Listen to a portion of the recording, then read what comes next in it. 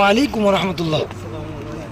এই দেখেন, লক্ষ্য করেন, আমার সাধু দামনটা লক্ষ্য করেন, দুটো পাথর দাঁড়িয়ে আছে লম্বা করে, ছোট্ট ছোট পাথরে আটকে আছে। দেখুন ওই দুটো পাথর, আল্লাহ রসুল ওখানে বসেছিলেন নামাজ পড়বে বলে।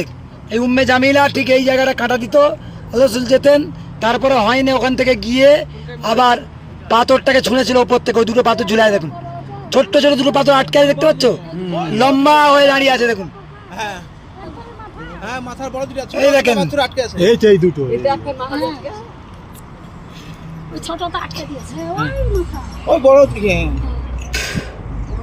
এই দেখেন, এই ক্যামেরা দেখলে বুঝতে পারবে এই জায়গাটা, এই জায়গাটা,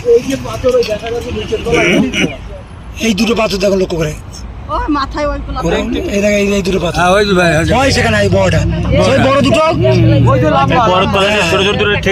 ঠেক দিয়ে আছে, ওই দুটো পাথরই ঠেক দিয়ে আটকে রেখে দিয়েছে। আজ থেকে 1500 বছর আগে ওইভাবে আটকে রয়ে গেছে।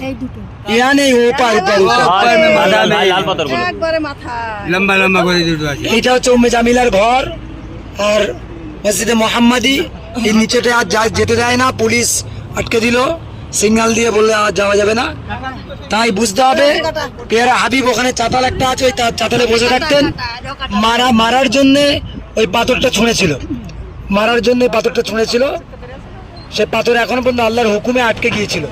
ছোট ছোট পাথর আল্লাহকে বললো আমরা আটকে দিচ্ছি, ওখানেই রয়ে যাবে, ওইভাবেই ঝুলে রয়ে গেছে। ভাবেন, ওই দুটো পাথরটার কম ওজন নয়, যদি পড়তো নিচে যে কি হালত হতো আল্লাহ বেহতার জানে। আল্লাহ যাকে হেফাজত করে ওইভাবেই হেফাজত করে। কারণ এখন অত্যাচারের কারণের জন্য পুলিশ আর আটকে রেখেছে, আমাদেরকে যেতে দেয় না। দেখতে পেয়েছো, দেখতে পেয়েছো তো? হ্যাঁ, ওই বড় দুটো, ওর নিচে এখন দুটো ছোট পাথর আটকে আছে, ওই তখন থেকে আটকে রেখে দিয়েছে।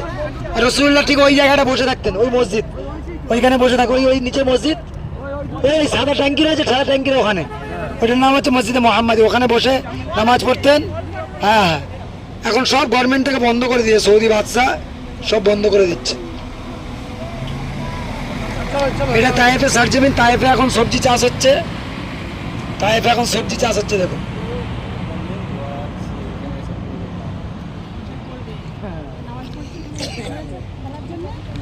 চলো চলে আসুন।